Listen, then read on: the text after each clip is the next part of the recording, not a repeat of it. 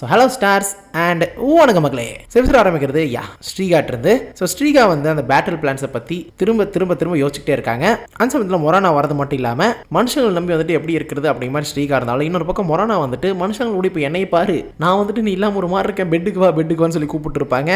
என்னடா இது ஸ்ட்ராட்டஜி விட்டு போட்டு முழுக்க முழுக்க மொரானாவோட எண்ணமே வேற பக்கம் இருந்தாலும், இன்னொரு பக்கம் கார்மலா வந்துட்டு புதுசாக ஒரு ஸ்ட்ராட்டஜி பற்றி பேசுறக்கா வராங்க. அண்ட் இன்னொரு பக்கம் ஹெக்டர் இருக்கார்ல, அவர் வந்துட்டு லெனோரே கூட சேர்ந்து புக்கு படிக்கிற சுச்சுவேஷன் வருது. ஏன்னா அவர் படிச்சுட்டு இருக்கும்போது லெனோரே வரது மட்டும் இல்லாமல் ரெண்டு பேரும் பேசிக்கிட்டு இருக்காங்க. அதுக்கப்புறம் லெனோரேவோட ரிங்கை வந்துட்டு அவர் பார்க்குறாரு. அந்த ரிங்கை வந்துட்டு இது வரைக்கும் பார்த்ததில்ல. இது வந்துட்டு ஒரு வித்தியாசமான ரிங். நாங்கள் 4 பேருமே போட்டிருப்போம். இந்த 4 பேர் நாங்கள் போட்டிருக்கறனால நாங்கள் உண்மையாலுமே வந்துட்டு ஒருத்தருக்கு ஒருத்தர் எப்பவுமே உண்மையாக இருப்போம் அப்படிங்கிற மாதிரி வந்துட்டு அவங்க சொல்லுவாங்க. ஸோ எல்லாமே நைட், பிளட்டு, அப்புறம் சிம்பிள்ஸ் எல்லாமே வந்துட்டு எங்களை ஒன்னோட ஒன்றா இணைச்சிருக்கும். ஸோ அந்த அளவுக்கு இந்த மோதிரங்கள் அப்படிப்பட்டதாக இருக்கும் அப்படிங்கிற மாதிரிலாம் சொல்கிறது மட்டும் இல்லாமல், அண்ட் இன்னொரு பக்கம் அந்த வேம்பையரோட ஃபிலாசபி வந்துட்டு கொஞ்சம் கொஞ்சமாக அவர் தெரிஞ்சுக்கிறாரு. ஸோ அதை பற்றி அவர் கொஞ்சம் வியப்பாக இருந்தாலும், இன்னொரு பக்கம் நம்ம லெனோரே என்ன பண்றாங்க அப்படின்னா பெட் ரெடி பண்ணி உட்காந்துருக்காங்க. சந்தோர சமயத்தில் எப்படியாவது அந்த பிளான் இருக்கு இல்லையா, ஹெக்டரை வந்துட்டு நம்மளுக்காக என்னதான் அவன் நைட் கிரேஸ் ரெடி பண்ணி கொடுத்தாலுமே அதுங்க எல்லாமே அவன் சொல்றது தான் கட்டுப்படும், இவங்களுக்கு கட்டுப்படாது. ஸோ இவங்களுக்கே அது ஆப்பா போயிடும். ஸோ அப்படிங்கிற பட்சத்துக்கு என்ன பிளான் அப்படிங்கிறது நம்மளுக்கு தெரியல. பட் ஆனால் இந்த இடத்துல அவங்க ஒரு பிளான் ரெடி பண்ணிட்டாங்க போல.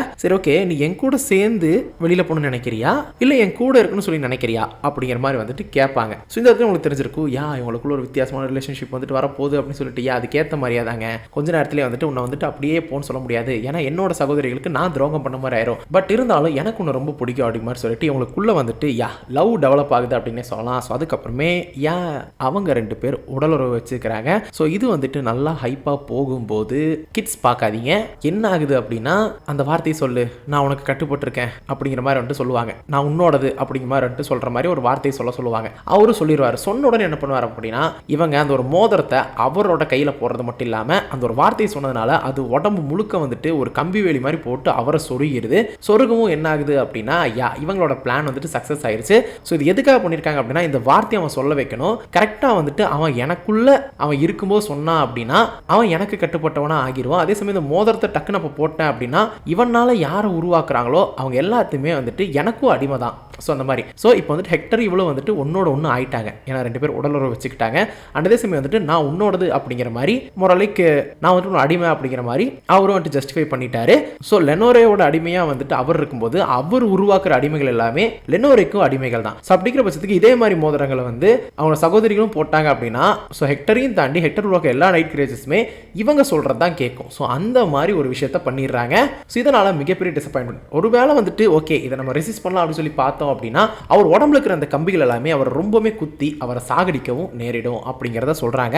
அண்ட் இன்னொரு பக்கம் சுமி டாக்காக்கு வந்துட்டு என்னதான் ஆலுக்கார்டு வந்துட்டு ட்ரைனிங் எல்லாம் கொடுத்தாலும் சில விஷயங்கள் வந்துட்டு ஏதோ ஒன்று மறைக்கிறான் அப்படிங்கிற மாதிரி வந்துட்டு இருக்கு. ஏன்னா மேஜிக்ஸ் பத்தி சொல்லி கொடுக்கவே இல்லை அப்படிங்கிற மாதிரி சொல்லுவாங்க. அது உங்களுக்கு புரியாது சொன்னா அப்படிங்கிற மாதிரி அவர் சொல்லிட்டு இருப்பாரு. ஸோ ஏதோ மறைக்கிறான் போல, இவனுமே வந்துட்டு மற்ற வேம்பையர்ஸ் மாதிரி தான், நம்மளுக்கு எல்லாத்தையும் எல்லாம் சொல்லி கொடுக்க மாட்டான் அப்படிங்கிற மாதிரி இவங்க நினைக்கிறாங்களோ என்னமோங்க. பட் இவங்களுக்குள்ளேயே ஒரு விஷயங்கள் இருக்கு. என்னன்னு பார்த்தா அவன் வாயிலிருந்து அது வெளியில் வரக்குன்னு சொல்லி பார்க்குறாங்க. அதனால இவங்க 2 பேருமே அவன் முன்னாடி போயிட்டு ட்ரெஸ்ஸே இல்லாமல் இருக்கிறது மட்டும் இல்லாமல் உன்னோட தனிமையை நாங்கள் போக்குறோம் அப்படிங்கிற மாதிரி சொல்லிட்டு அவனோட அவங்க 2 பேருமே உடலுறவு வச்சுக்கிறாங்க. ஈவன் இவங்க 2 பேருமே வந்துட்டு கணவன் மனைவியாக இருக்கிற பட்சத்துக்கு ஒரு பைசெக்சுவலாக வந்துட்டு அவங்க 3 பேர் அந்த இடத்துல வந்துட்டு இருக்காங்க. அப்படி இருக்கும்போது என்ன ஆகுது அப்படின்னா ஒரு பாயிண்ட்ல அவரை வந்துட்டு சில்வரில் வந்துட்டு அரையிறது மட்டும் இல்லாமல் அவரை வந்துட்டு கொள்ளலாம்னு சொல்லி பார்க்குறாங்க. அதுவும் மேஜிக் ஸ்வாட் வச்சு. பட் இங்கே பாருங்க, நான் மற்ற வேம்பையர்ஸ் மாதிரி கிடையாது அப்படிங்கிற சொல்லும்போது எனக்கு தெரிஞ்சு அப்படிப்பட்டவன் தான் அப்படிங்கிற மாதிரி சொல்லுவாங்க. நான் சொல்லாமல் இருக்கிற காரணம் இருக்கு, அப்போ காரணத்தை சொல்ல அப்படிங்கிற மாதிரி சொல்லிட்டு அவங்க மேஜிக்கல் ஸ்வாடை வந்துட்டு எடுக்கும்போதே என்ன ஆகுது அப்படின்னா ஏதோ ஒரு மந்திர விஷயம் வந்துட்டு இவங்களை வந்துட்டு கழுத்தெடுத்து சாகடிச்சிருது. அந்த இடத்துல நிர்வாணமாக இருக்கிறவங்க 2 பேருமே 3 பேருமே 2 பேர் இறந்துருவாங்க. சில விஷயங்கள் வந்துட்டு எங்கள் அப்பாவுக்கு பிடிக்காது, அதில் ஒன்று தான் மேஜிக் வந்துட்டு நீங்கள் பயன்படுத்தணும் அப்படின்னா இந்த மாதிரி தான் ஆயிரும் அப்படிங்கிறனால தான் நான் உங்களுக்கு சில விஷயங்கள் காட்டாமல் இருந்தேன், உண்மை சொன்னால் நான் உங்களை பாதுகாத்திருக்கேன் அப்படிங்கிற மாதிரி வந்துட்டு அவர் சொல்லுவார். பட் அவங்க இறந்ததுக்கப்புறம் பட் இது முடிஞ்சதுக்கப்புறம் ஒரு சம்பவம் நடக்கும். என்ன அப்படின்னா நம்ம முதலாக சீசன் 1 வந்துட்டு இவங்க அப்பாவோட இடத்துக்கு அவங்க ஒய்ஃப் ஃபஸ்ட்டாக காதலியாக ஆகிறதுக்கு முன்னாடி வரும்போது அந்த இடத்துல நிறைய பிணங்கள் இருக்கும், எல்லாத்தையுமே வந்துட்டு குத்தி வச்சிருப்பாரு ஒரு கம்புல. ஸோ அதே மாதிரியே இப்போ எம்டிஆர் இருந்த கிரவுண்டில் அவங்க அப்பா எப்படி வச்சிருந்தாரோ அதே மாதிரி அவங்க 2 பணத்தையுமே முதலாக வந்துட்டு சொருகி வைக்கிறாங்க. எல்லா மனுஷங்களும் ஒரே மாதிரி இருக்க மாட்டாங்க, நான் சொன்னலடா அப்படிங்கிற மாதிரி வந்துட்டு அவங்க அப்பாவே அவங்க கிட்ட சொல்ற மாதிரி இருக்கும். கைண்ட் ஆஃப் வியர்டா இருக்குல்ல? அப்சல்யூட்லிங்க. ஸோ 2 பக்கம் இந்த மாதிரி ஒரு சம்பவம். இன்னொரு பக்கம் ஒரு பக்கம் அடிமையா இருக்காரு, இன்னொரு பக்கம் இந்த இடத்துல வந்துட்டு நீங்க இவர்கிட்ட வரணும். யாரு?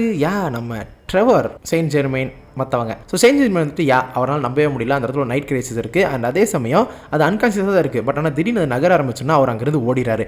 ஓடி வரும்போது சாலாவை பார்க்கறது மட்டும் இல்லாமல் அந்த இடத்துல ஏதாவது மலிப்பு தான் ஆகணும் அப்படிங்கிற பட்சத்துக்கு இருக்க இங்கே வந்துட்டு நரகத்துக்கான வழி வந்துட்டு ஓப்பன் ஆகுது, அதுக்கானதான் வந்துட்டு நிறைய விஷயங்கள் பண்ணியிருக்காங்க அப்படிங்கிற விஷயத்துல அவர் சொல்லுவார். சாலா வந்துட்டு பெருசாக வந்துட்டு இந்த ஒரு வார்னிங்கை பெருசாக எடுத்துக்கிறது இல்லைங்க. ஸோ வந்துட்டு அவர் கற்றுக்கிட்ட விஷயங்கள் என்னன்னு சொல்லி கேட்கும்போது இந்த கதையை சொல்லுவார். பட் இதை பற்றி அவர் பெருசாக வந்துட்டு எடுத்துக்க மாட்டார்.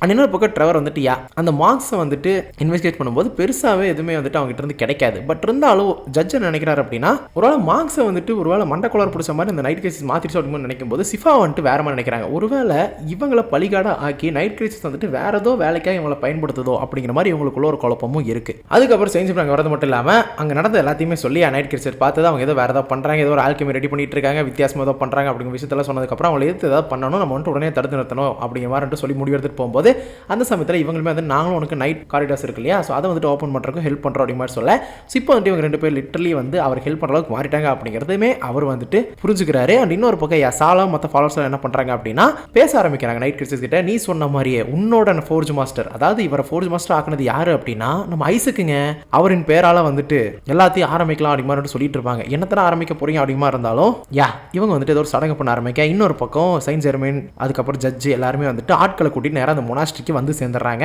ஸோ இந்த ஒரு சமயத்தில் தான் த ஹார்வெஸ்ட் அறுவடை, அந்த சிம்பிள்ஸோட அர்த்தம் வந்துட்டு அறுவடை அப்படிங்கிறது வந்துட்டு லிட்டரலி நான் சொல்லியிருப்பேன் கரெக்டா. ஸோ அப்படி நல்லா சொல்லி அறுவடை அப்படிங்கிற மாதிரி பார்த்தா அறுவடை பண்றதே மக்களை தாங்க. ஏன்னா எல்லா சிம்பிள்ஸையும் வந்துட்டு வரைஞ்சி வச்சிருப்பாங்கல்ல, இவங்க ஒரு மிகப்பெரிய ரத்தங்கள்லாம் ஊற்றி ஒரு சடங்கு ஆரம்பிக்கும் போது அந்த சிம்பிள்ஸ் எல்லாம் எந்த வீட்டில் போட்டிருந்தாங்களோ அந்த வீடு எல்லாமே எரிஞ்சு உள்ள இருக்கிற எல்லாமே செத்து அந்த ஆன்மாக்கள்லாம் சேர்ந்து அந்த நைட் கிரியேச்சருக்குள்ள வர ஆரம்பிச்சிருது. ஸோ இப்படி அது வர ஆரம்பிக்கும் போது என்ன ஆகுது அப்படின்னா அந்த ஊரே வந்துட்டு சுடுகாடாக மாறிட்டு இருக்கு. ஸோ அதை பார்த்த நம்ம ட்ரெவர் சிஃபா செஞ்சமே எல்லாருமே வந்துட்டு மிரண்டு போயிட்டாங்க. அதுக்கப்புறம் சாலா வந்துட்டு திடீர்னு அங்கே எல்லாருமே செத்து ஒரு நெருப்பு மாதிரி தான் வருவாங்க. அதை பார்த்தோன்னா வியந்துட்டாரு. அது நேராக வந்துட்டு அந்த விசிட்டர் வேற யாரும் கிடையாது. ஃபர்ஸ்ட் ஒரு விசிட்டர் ஒருத்தன் வந்து அவனை வந்துட்டு எடுத்துகிட்டு போயிட்டாங்க அப்படிமாலாம் சொல்லிட்டு இருப்பாங்க இல்லையா, அது வந்துட்டு கதையாக சொல்லும்போது அது வந்துட்டு ஒரு நைட் கிரியேச்சர் தான், மேல். அதுதான் வந்துட்டு நிறைய கண்ணு இருக்கக்கூடிய அந்த நைட் கிரியேச்சர். ஸோ அதான் வந்துட்டு விசிட்டர் அப்படின்னு சொல்லி மென்ஷன் பண்ணுவாங்க. ஸோ அதுக்குள்ளே போகும், இதெல்லாம் பார்த்துன்னு மிரண்டுறாங்க. அதுக்கப்புறம் ஸோ ரக்க வச்சுக்கிற ஒரு கிரியேச்சர் வந்துட்டு ஒரு போர்ட்டல்லேருந்து வெளியில் வரும். ஸோ இதெல்லாம் பார்த்து ரொம்பவே மிரண்டு போயிடுவார். என்ன நடக்குதுன்னு அவருக்குமே புரியல. மார்க்ஸ் எல்லாருமே அவங்க தடுக்கிறக்காக வராங்க. பட் இருந்தாலும் அவங்க கிட்ட இருக்கிற எபிலிட்டிஸ் வச்சு அவங்க முடிஞ்ச வரைக்கும் சண்டை போடுறாங்க. சும்மா சரியான ஃபைட்டாக இருக்கும். லிட்டரலி சிஃபா வந்துட்டு ரொம்பவே வந்துட்டு மெனக்கிட்டு சண்டை போடுவாங்க, அந்த அளவுக்கு இருக்கும். ஏன்னா இதுக்கு முன்னாடி ஃபர்ஸ்ட் 2 சீசனில் பார்த்த மாதிரி ஃபைட் இருக்காதுங்க, ரொம்பவே உக்ரமா இருக்கும். ஸோ அவருமே வந்துட்டு வேம்பையர் அந்த மார்னிங் ஸ்டார் வச்சு சண்டை போட்டுருப்பாரு. உண்மையாலுமே நல்லா சண்டை போடுவாங்க. அண்ட் இன்னொரு பக்கம் அந்த விசிட்டர் வந்துட்டு இந்த ஒரு சமயத்தில் நிறைய பேரை கொண்டு அந்த ஒரு நெருப்பு மாதிரி உள்ள வரும்போது அந்த விசிட்டர் என்ன பண்ணுது அப்படின்னா ஒரு போர்ட்டல் வந்துட்டு ஓப்பன் பண்ணுது. அந்த போர்ட்டலுக்குள்ள யார் இருக்காங்க அப்படின்னா நம்ம டிராகுலாவும் லிசாவுங்க. ஸோ நரகத்தோட கதவை வந்துட்டு திறக்கிறாங்க. ஸோ இதை வந்துட்டு இன்டைரக்டா புக்கை படிச்சு அவர் சொன்னதை வந்துட்டு சாலா நம்பல. பட் இருந்தாலும் இந்த இடத்துல அதுதான் நடக்குதுங்க. டிராகுலாவையும் லிசாவையும் வெளியில கொண்டு வரதுக்காக தான் இந்த ஒரு டீமன் வந்துட்டு இந்த இடத்துல இருக்க வச்சு நிறைய பலம் தேவை போல, பர்டிகுலர் அந்த போர்ட்டல் ஓப்பன் பண்றதுக்கு. அது அவங்க பர்சனலி வந்துட்டு பெருசா எக்ஸ்பிளனேஷன் கொடுக்கல. பட் சம்ஹோ எல்லா மக்களையும் வந்துட்டு கொண்டு அந்த சிம்பிள்ஸ் மூலியமா அது ஒரு ஹார்வெஸ்ட். ஸோ அறுவடைனா என்னங்க, ஒரு விஷயத்தை விதைச்சு அது வளர்ந்ததுக்கு அப்புறம் அதை அறுவடை பண்ணி நம்மளுக்கானதை நம்ம எடுத்துக்கிறோம் கரெக்டா. ஸோ அதுல தான் நம்மளுக்கு கிடைக்கும். ஸோ அப்படி வந்துட்டு மக்கள் அறுவடை பண்ணி நரகத்தை திறந்து அவங்களுக்கு தேவையானதை உள்ளிருந்து எடுக்கிறாங்க. அதுதான் நம்ம டிராகுலாவும் லிசாவும். வாவுன்னு சொல்லக்கூடாது, இது வந்துட்டு ரொம்பவே கொடூரமான விஷயம். பட் இருந்தாலும் முடிஞ்ச வரைக்கும் சண்டை போட்டு நேரடியாக வந்துட்டு சர்ச்சுக்குள்ள போயிட்டு அந்த விசிட்டர் கூட வந்துட்டு சண்டையா இருக்கும். அந்த விசிட்டர் கூட சண்டை போட்டு ஜெயிக்கிறது ரொம்பவுமே கஷ்டமா இருக்கிற பட்சத்துக்கு நம்ம செயின்ட் ஜெர்மைன் வந்துட்டு முடிஞ்ச வரைக்கும் வந்துட்டு ஹெல்ப் பண்ண பார்ப்பாரு. அண்ட் இன்னொரு பக்கம் செயின்ட் ஜெர்மைன் வந்துட்டு அந்த நரகத்தோட கதை வந்துட்டு மூடுறதுக்காக ட்ரை பண்ணுவாரு. பட் அதுவும் ஈஸி கிடையாது. ஹி ஹேவ் டு ஃபைட் அப்படிங்கிற மாதிரி இருக்கிற பட்சத்துக்கு இன்னொரு பக்கம் வெளியில சாலை வந்து தப்பிச்சு போலாம்னு சொல்லி பார்ப்பான். பட் ஆனால் ஜட்ஜ் வந்துட்டு முன்னாடி நிற்கிறது மட்டும் இல்லாமல் இந்த ஒரு சமயத்தில் என்ன ஆகுது அப்படின்னா நம்ம ஜட்ஜை வந்துட்டு அந்த சாலை குத்திடுவான். குத்துனதுக்கப்புறம் என்ன பண்ணுவான் அப்படின்னா உன்னால் எங்கேயும் போக முடியாது, இங்கிருந்து நேரடியாக ஒரு இடத்துக்கு போ, என்னோட ஆப்பிள் மரத்துக்கிட்ட போ அப்படிங்கிற மாதிரி சொல்லுவார். ஸோ சொன்னதுக்கப்புறம் வந்துட்டு சாலா குழப்பமாயிரும். ஏன் அதை சொல்கிற அப்படி மாதிரி கேட்கும்போது ஏன்னா வந்துட்டு இது உதவி பண்ணுற மாதிரி நினச்சிட்டு தான் அவர் கேட்பாரு. பட் இருந்தாலும் அவர் அந்த இடத்துல இறந்துருவாருங்க ஜட்ஜ். இன்னொரு பக்கம் அவர் ஓடிடுவார். இன்னொரு பக்கம் அந்த விசிட்டர் வந்துட்டு கொண்டது ரொம்பவே கஷ்டமாக இருந்தாலும் முடிஞ்ச வரைக்கும் நம்ம ட்ரெவர் வந்துட்டு ரொம்ப கஷ்டப்படுவார். பட் அதோட முடிவு தான் நம்ம செயின்ட் ஜெர்மைன் இருக்கார்ல, அவருமே வந்துட்டு அவரோட சக்தி யூஸ் பண்ண. ஸோ அந்த ஒரு சமயத்தில் வந்துட்டு ஒரு போர்ட்டல் ஓப்பன் ஆகும். பட் ஆனால் இன்னொரு போர்ட்டல் ஓப்பன் ஆகிறது யாருக்கு அப்படின்னா அதாவது எனக்கு வேணுங்கிறது காட்டு அப்படி மாதிரி வந்துட்டு சொல்லுவார். ஸோ லிட்டரலி நீங்கள் வந்துட்டு தெரிஞ்சு தெரிஞ்சுக்கலாம். அதாவது இங்க இருக்கிற எல்லாருக்குமே டிராக்குலாவும் ஒய்ஃபு திரும்ப வரணும். அதனால இவங்க வந்துட்டு அந்த ஒரு ரிச்சுவல் பண்ணதுனால ஓப்பன் பண்ண போர்ட்டல் தான் வந்துட்டு டிராக்குலா இருக்கக்கூடிய அந்த ஒரு ஹெல். பட் ஆனால் இன்னொரு பக்கம் இவரோட ஒய்ஃபை பற்றி இருக்கிறத வந்துட்டு எனக்கு வேணுங்கிறத அவர் காட்டுன்னு சொல்லும்போது அந்த இடத்துல அந்த லேடி அது ஒய்ஃபா டாட்டரா மதரா அப்படிங்கிற நம்மளுக்கு தெரியாது. பட் இவங்களுக்கு தேவையான ரொம்பவே லவ்டு பர்சன் வந்துட்டு இருக்கிற அந்த ஒரு போர்ட்டல் வந்துட்டு ஓப்பன் ஆகும். அந்த போர்ட்டல் ஓப்பன் ஆனோடனே என்ன ஆகும் அப்படின்னா இவர் அதுக்குள்ள குதிக்கிற மட்டும் இல்லாமல் ட்ரெவர் வந்துட்டு இதை கொள்ளு அடிமாறுன்ட்டு சொல்லிடுவாரு. அதுக்கப்புறம் ட்ரெவருமே அதை கொன்றுவாரு. கொன்னதுக்கப்புறம் செஞ்சன்மன் வந்துட்டு இவங்க 2 பேர்கிட்டயுமே அந்த காரிடார் வந்துட்டு க்ளோஸ் ஆகும்போது தேங்க்ஸ் சொல்லுவாரு. இன்னொரு பக்கம் டிராக்குலா வரதுக்கான அந்த ஒரு பயணத்தை அந்த ஒரு பாதையை இவர் வந்துட்டு உடச்சிருப்பாரு. சொல்லிட்டு டிராக்குலா இப்போ என்ன பண்ண போறாரு, வருவாரா வரமாட்டாரா அப்படிங்கிறது நம்மளுக்கு தெரியல. பட் இருந்தாலும் இன்னொரு பக்கம்